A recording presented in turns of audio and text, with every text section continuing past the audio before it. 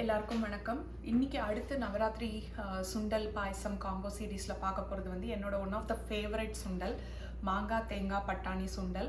அதுக்கப்புறம் பாயசத்துக்கு வந்துட்டு கசகசே பாயசம், கசகசாவை வச்சு செய்யக்கூடிய ஒரு பாயசம். ரெண்டுமே சிம்பிளான ரெசிபி தான். வாங்க எப்படி பண்ணுறதுன்னு பார்க்கலாம். எப்பயும் போல் முதல்ல சுண்டல் எப்படி பண்ணுறதுன்னு பார்த்துடலாம். இதுக்கு 3/4 கப் அளவுக்கு பச்சை பட்டாணியும் 1/4 கப் அளவுக்கு வெள்ளை பட்டாணியும் எடுத்திருக்கேன். இதை 4 மணி நேரம் ஊற வச்சு ஒரு விசிலுக்கு மட்டும் ப்ரெஷர் குக் பண்ணிக்க போகிறோம். எனக்கு இங்கே கிடைக்கிற பட்டாணி வெரைட்டி பார்த்தீங்க அப்படின்னா சட்டுன்னு குழஞ்சிடும் ஆக்சுவலி. ஸோ நான் நிறைய தடவை இந்த சுண்டலுக்கு வந்துட்டு 2 விசில் 3 விசில்னு விட்டு அது கூழாலாம் ஆயிருக்கு. அதை கடைசியில் நான் வந்துட்டு வேறு மாதிரி சூப் இல்லைன்னா வேறு டிஷ்க்கு தான் யூஸ் பண்ணியிருக்கேன். நான் அதனால் ஒரு விசில் மட்டும்தான் எப்பயுமே விடுவேன். சில டைம்ஸ் வந்துட்டு குயிக்காக ப்ரெஷரை கூட எடுத்து விட்டுருவேன் நான். இந்த தடவை வந்து இந்த 1 கப் பட்டாணிக்கு கொஞ்சமாக மஞ்சள் பொடி, ஒரு 1/2லேருந்து 3/4 டீஸ்பூன் அளவுக்கு உப்பு, 2 கப்பு தண்ணி சேர்த்து ஒரு விசில் மட்டும் விட்டு எடுத்திருக்கேன். நீங்கள் இந்த மாங்காய் தேங்காய் பட்டாணி சுண்டல் வந்து ஃப்ரோசன் பச்சை பட்டாணியை வச்சும் பண்ணலாம். அதுக்கான ரெசிபி என் பிளாகில் இருக்குது, அந்த லிங்க்கையும் நான் தரேன். அதே போல் இந்த பட்டாணியை வந்து இன்ஸ்டன்ட் பாட் எலக்ட்ரிக் ப்ரெஷர் குக்கரில் எப்படி குக் பண்ணணும்னு பார்த்தீங்கன்னா அதுக்கான லிங்க்கும் என் பிளாகில் இருக்குது, அந்த ரெசிபியும் நான் தரேன். இப்போ பார்த்தீங்கன்னா பச்சை பட்டாணி நல்லா வெந்துடுச்சு.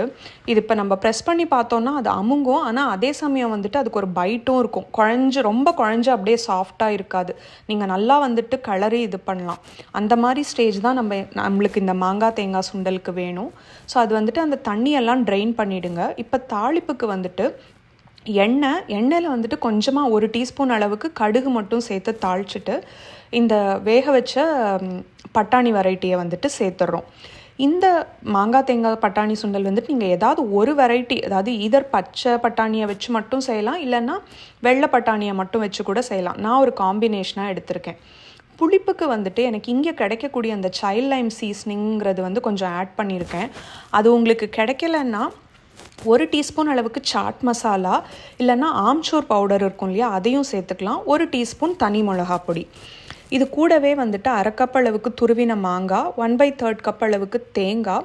நான் இது கூடவும் கொஞ்சம் காரத்துக்கு வந்துட்டு தனி மிளகா பொடி சேர்த்துருக்கேன். ஸோ இந்த மெஷர்மெண்ட்ஸ், இந்த சீசனிங்ஸ் எல்லாமே உங்கள் டேஸ்ட்டுக்கு தகுந்த மாதிரி நீங்கள் அட்ஜஸ்ட் பண்ணிக்கலாம். இதெல்லாம் சேர்த்துட்டு நல்லா மிக்ஸ் பண்ணி விட்டீங்க அப்படின்னா மாங்காய் தேங்காய் பட்டாணி சுண்டல் வந்துட்டு ரெடி. ஒரு க்ரௌட் ஃபேவரட்னே இது சொல்லலாம். ஒரு நவராத்திரியிலையும் கண்டிப்பாக இது இருக்கும். இப்போ வந்து அடுத்து நம்ம பாயசம் எப்படி பண்ணுறதுன்னு பார்க்கலாம். இந்த கசகசா பாயசத்துக்கு 1/2 டேபிள் ஸ்பூன் அளவுக்கு கசகசா, 1/2 டேபிள் ஸ்பூன் அளவுக்கு பச்சரிசி, இதை வந்துட்டு வறுத்துக்கோங்க. லோ ஃப்ளேமில் ஒரு 3லேருந்து 5 நிமிஷம் வரைக்கும் லைட்டாக வறுத்துட்டு தீயை அணைச்சிட்டு ஒரு 1/4 கப் அளவுக்கு தேங்காவை சேர்த்துருங்க. தேங்காவை சேர்த்து வறுக்கணுன்ட்டு இல்லை, அது வந்துட்டு அந்த ரெசிடுவல் ஹீட்டில் அப்படியே இருந்தால் போதும். இப்போ ஒரு மிக்ஸி ஜாரில் நம்ம வறுத்ததை மாற்றிட்டு கூடவே இது கூட நான் ஒரு 2 ஏலக்காய் சேர்த்து அரைச்சிக்கிட்டேன். அது ஆக்சுவலி வீடியோவில் காட்ட மறந்துட்டேன். இதை நல்லா வந்து அரைச்சி எடுத்துக்கோங்க. உங்களுக்கு நல்லா மையாக வேணும் அப்படின்னா வறுத்ததுக்கப்புறம் அந்த கசகசாவை வந்துட்டு ஒரு 1/2 மணி நேரம் தண்ணியில் ஊற வச்சிங்கன்னா நல்லா மையாக விழுதாக வரும். நான் கொஞ்சம் நரன்னு தான் எடுத்தேன். இப்போ ஒரு சாஸ்பேனில் 1/2 கப் அளவுக்கு வெல்லம் சேர்த்து 1/2 கப் அளவுக்கு தண்ணி விட்டு நல்லா வெல்லத்தை கரைச்சி எடுத்துக்கோங்க. நான் சாதாரணமாக இந்த வெள்ளை தண்ணியை வடிகட்ட மாட்டேன். எனக்கு இங்கே வந்துட்டு அந்த அளவுக்கு கல் மண் இருக்காது. பட் உங்களுக்கு வடிகட்டணும்னா இந்த ஸ்டேஜில் வடிகட்டிக்கோங்க. வடிகட்டினதுக்கப்புறமா நம்ம அரைச்சி வச்ச விழுதை சேர்த்து நல்லா வந்து இதை கொதிக்க விடணும். அரிசி தேங்காய் பாயசம் மாதிரியே இதுக்கும் வந்துட்டு பால் சேர்க்கணுன்ற அவசியம் கிடையாது. ஆனால் எனக்கு வந்து பாயசத்தில் பால் இருந்தால் தான் அது பாயசம்னே வந்துட்டு தோணும். அதனால் நான் டுவர்ட்ஸ் தி எண்ட் ஒரு 1/4 கப் அளவுக்கு பாயசம் பால் சேர்த்துருக்கேன்.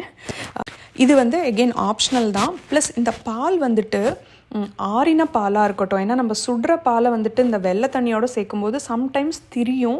அந்த ரிஸ்க் வேண்டாம் அப்படின்னா நல்லா ஆறின பால் சேர்த்துக்கோங்க. இல்லைன்னா நீங்கள் இதை வந்து சர்வ் பண்ணுறதுக்கு முன்னாடி கூட கொஞ்சம் பால் சேர்த்துக்கலாம்.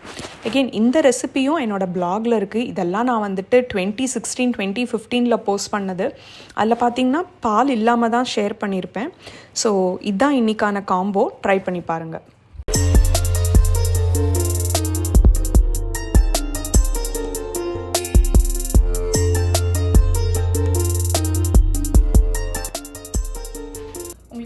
ரெசிபீஸுமே பிடிச்சிருக்கும்னு நினைக்கிறேன். ட்ரை பண்ணி பாருங்கள்.